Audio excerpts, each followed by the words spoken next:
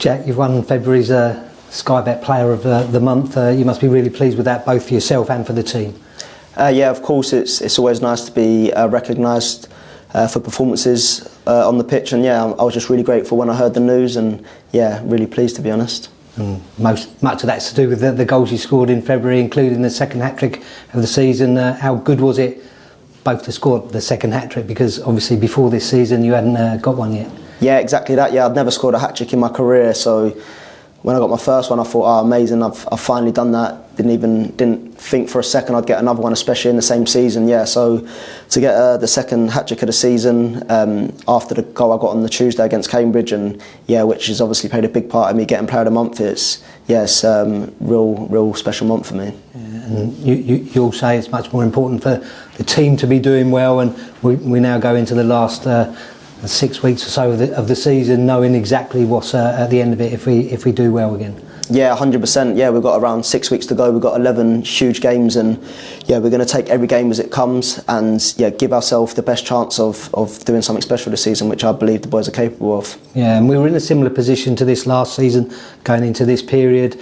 Can you take learnings, good and bad, from what happened 12 months ago? Yeah, I think 100%. I think the season as a whole has been quite similar to last season, but the difference is we have last season to look back on as experience, and yeah, I think we can definitely learn from last season, things we've done well to try and replicate that, and then things we didn't do so well and learn from that. So yeah, I'm sure that what happened last season, because we didn't quite get there, will definitely put us in good stead to correct that this year. The first of those 11 games is Saturday against Crawley. How much positivity do you take from last weekend's win into this game?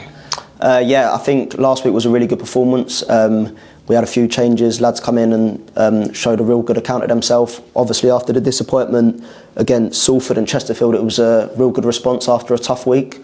Obviously Newport fighting for their life, so yeah, we knew it was going to be a tough game, which it was, but yeah, we come out on top, and then obviously tomorrow against Crawley, it's another team that are fighting for their life. We know it's going to be a tough game, and you know, we know what we need to do, and yeah, really hope we get the 3 points. And obviously you had to overcome and adapt after Micah got injured as well, which turned out to be quite a nasty one.